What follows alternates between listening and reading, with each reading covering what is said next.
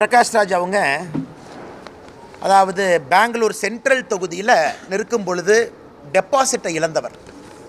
2019 தேர்தலில் பெங்களூர் சென்ட்ரல் தொகுதியில் அவர் போட்டியிட்டார். யார் எதிர்த்து போட்டியிட்டார்னா காங்கிரஸ் எதிர்த்து போட்டியிட்டார், பாரதிய ஜனதா கட்சி எதிர்த்து போட்டியிட்டார். அங்கே டெபாசிட்டை இழந்த ஒரு நடிகர் என்பதுதான் பிரகாஷ் ராஜ் அவர்களுக்கு அரசியல் இருக்கக்கூடிய அனுபவம். அதனால் நான் இருக்கின்றேன், நான் நிரந்தர எதிர்க்கட்சி, எந்த கட்சியாக இருந்தாலும் எதிர்க்கிறது மட்டும்தான் என் வேலை, இதெல்லாம் சொல்வதற்கு பேச்சு கேட்பதற்கு நல்லா இருக்கும். ஆனால் இன்றைக்கி லோக்கல் ஸ்டாண்டு என்ன, எதிர்ப்பதை மட்டுமே முழு நேர ஒரு விஷயமாக வைத்து ஒரு நடிகர், ஒரு நடிகனாக நாம் எல்லோரும் மதிப்பு மரியாதை அளித்திருக்கின்றோம். அதை தாண்டி அரசியலில் அவருடைய குரலுக்கு நான் மதிப்பு மரியாதையும் அளிக்க விரும்பவில்லை. இதே பிரகாஷ் ராஜ் நடிகராக நீங்கள் கேளுங்க, நான் சொல்கிறேன், நல்ல ஒரு நடிகர், நிறைய கதாபாத்திரங்கள் பண்ணியிருக்கிறாங்க, அதில் தனிப்பட்ட முறையில் எந்த குற்றச்சாட்டும் நமக்கு இல்லை. அரசியலில் ஒரு அனுபவம் அவ்வளவுதான். 2019 பெங்களூர் சென்ட்ரல் தொகுதியில் பிரகாஷ் ராஜ் அவங்க தேர்தல் நீங்கள் பாருங்கள், எப்படி நின்னாருன்னு பாருங்கள், யாரை எதிர்த்து நின்னாருன்னு பாருங்கள், அப்போ காங்கிரஸை பற்றி என்ன பேசினாங்கன்னு பாருங்கள், பிஜேபியை பற்றி என்ன பேசினாங்கன்னு பாருங்கள். இன்றைக்கி மோடி எதிர்ப்பு என்கின்ற ஒரே காரணத்திற்காக இந்த பக்கம் சேர்ந்து கொண்டு மோடியை திட்டுவது மட்டுமே முழு நேர வேலையாக நடிகர் பிரகாஷ் ராஜ் அவங்க வச்சுருக்காங்க. மற்றபடி அதை நாங்கள் சீரியஸாக எடுத்துக்கலிங்க. அதே நேரத்தில் பிரதமர் அவருடைய இன்டர்வியூ, உதாரணத்திற்கு பிரதமர் அவர்கள் இன்றைக்கி கிட்டத்தட்ட 40 தொலைக்காட்சி நிறுவனத்திற்கு மேலே இன்டர்வியூ கொடுத்துருக்காங்க. அதில் நமக்கு ஒரு பெருமை என்னென்னா, அந்த முதல் இன்டர்வியூவே தமிழ்நாடு சார்ந்த ஒரு தொலைக்காட்சியிலேருந்து ஆரம்பித்தாங்க. பாரம்பரிய உடையில் முதல் இன்டர்வியூ, பிரதமருடைய ஃபஸ்ட் நேஷ்னல் இன்டர்வியூ இந்த எலெக்ஷன் டைமில் ஒரு தமிழ் ஊடகத்துக்கு கொடுத்து தான் ஆரம்பித்தாங்க. ஸோ எல்லா இடத்துலையும் பேசுனாங்க. ஸோ பிரதமர் ஹிந்தியில் பேசுனது புரிஞ்ச விட்டவங்க எல்லாத்துக்குமே தெரியும். பிரதமர் அவர்கள் என்ன பேசுனாங்க, அர்த்தம் என்னன்னு அது உங்களுக்கும் தெரியும். குறிப்பாக பிரதமர் அவர்கள் என்ன சொன்னாங்கன்னா, இங்கே ஒரு வேலையை செய்வதற்காக அனுப்பப்பட்டவன் நான், என்னுடைய வேலை கர்மா என்ன என்பது எனக்கு தெரியும் அப்படின்னு பிரதமர் சொன்னதை உடனே இவங்க அப்படியே மாற்றி, அது ஹிந்தியில் பிரதமர் பேசுனதை மாற்றி அதை ஸ்டேஜில் ஒரு 4 பேர் பேசுகிறாங்க. அதை வைத்து நாம் என்ன பதில் சொல்கிறது? அது பிரதமர் அங்கே மட்டும் இல்லை, மேடையிலையும் சொல்கிறாங்க, பொதுக்கூட்டத்திலையும் பேசுகிறாங்க. அவருடைய கடமை என்ன, ஆண்டவன் எனக்கு என்ன வேலை கொடுத்துருக்கா, அந்த வேலையை செய்கிறேங்கிறாங்க. அதனால் இதை திரிச்சு பேசுகிறவங்ககிட்ட நம்ம என்ன பதில் சொல்கிறது? மேடம், பிரகாஷ் ராஜோட உயிருக்கு சனாதன சக்தி ஏதாவது பண்ணிடுவாங்க, அவரை பாதுகாக்க வேண்டிய கடமை எங்களை திருமாவளவன் மேடையிலே பேசியிருக்காரு. நான் எனக்கு புரியல, இவங்கெல்லாம் ரொம்ப ரெஸ்பான்சிபிளான பீப்புளுங்கண்ணா.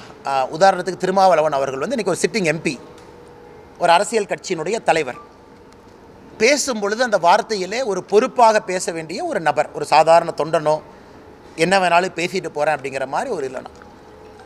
ஏன்னா இந்தியாவை பொறுத்தவரை, நம்மை பொறுத்தவரை, இது மோடி அவர்களே பல இடத்துல சொல்லியிருக்காங்க, மோடி எதிர்ப்பு என்பது பல எல்லைக்கு சில பேர் கொண்டு போயிருக்காங்க, பல எல்லைக்கு கொண்டு போயிருக்காங்க மோடி எதிர்ப்பு. டெல்லியிலிருந்து கேரளா வரைக்கும் பார்க்குறோம், மோடி அவர்களை எதிர்த்து பேசுகிறவங்கள பார்க்குறோம். அது ஜனநாயகத்தில் எங்களை பொறுத்தவரை உங்களுக்கு முழு உரிமை இருப்பதாகத்தான் பாரதிய ஜனதா கட்சியாக இருக்கட்டும், நம்முடைய பாரத பிரதமர் நரேந்திர மோடி அவர்களாக இருக்கட்டும், அப்படித்தான் பார்க்குறோம். முழு உரிமை, என்ன வேணாலும் பேசலாம். இதில் பல பத்திரிகை இன்டர்வியூவில் மோடி அவர்கள் தெளிவுபடுத்தியிருக்காங்க இந்த கடந்த ஒரு மாத காலத்தில். அதனால் அண்ணன் திருமாவளவன் அவர்களுக்கு என்னுடைய வேண்டுகோள், பேசும் பொழுது ஒரு பொறுப்போடு ஒரு பாராளுமன்ற உறுப்பினராக அவர் பேசணும். இன்றைக்கி இந்த சனாதனம் அதை மாற்றி மாற்றி பேசுகிறாங்க, சனாதன ஆதிக்கம் மாற்றி மாற்றி பேசுகிறாங்க, சனாதனம் என்பதையே திரிச்சு பேசுகிறாங்க. அதனால் இந்தியாவிலே நாங்கள் ஆட்சியில் இருக்கும் வரை, மோடி அவர்கள் பிரதமராக இருக்கும் வரை, மாற்று குரல் இருக்கக்கூடிய எந்த நண்பராக இருந்தாலும் எந்த அச்சுறுத்தலும் அவர்களுக்கு இல்லை. நாங்கள் ஸ்டாலின் அவங்கள மாதிரி காலையில் 2 மணிக்கு அரெஸ்ட் பண்ண போகிறதில்ல, 3 மணிக்கு தூக்கி ஜெயிலில் வைக்கிறதில்ல, ஒரு ஊடக நண்பர் மாதிரி குண்டாஸ் நாங்கள் போட போகிறது கிடையாது. அதனால் எங்கள் ஆட்சியில் யார் மேலேயும் நாங்கள் போட மாட்டோம். அதனால் 2 மணிக்கு 3 மணிக்கு வீடு புகுந்து கருத்துரிமையை நசுக்கி ஆட்சி செய்யக்கூடிய முதலமைச்சர் மாண்புமிகு திரு மு.க. ஸ்டாலின் அவர்கள் கூட்டணியில் இருக்கக்கூடிய திருமாவளவன் அவர்கள் கருத்துரிமையை பற்றி பேசுவது தான் வேடிக்கையாக இருக்குது.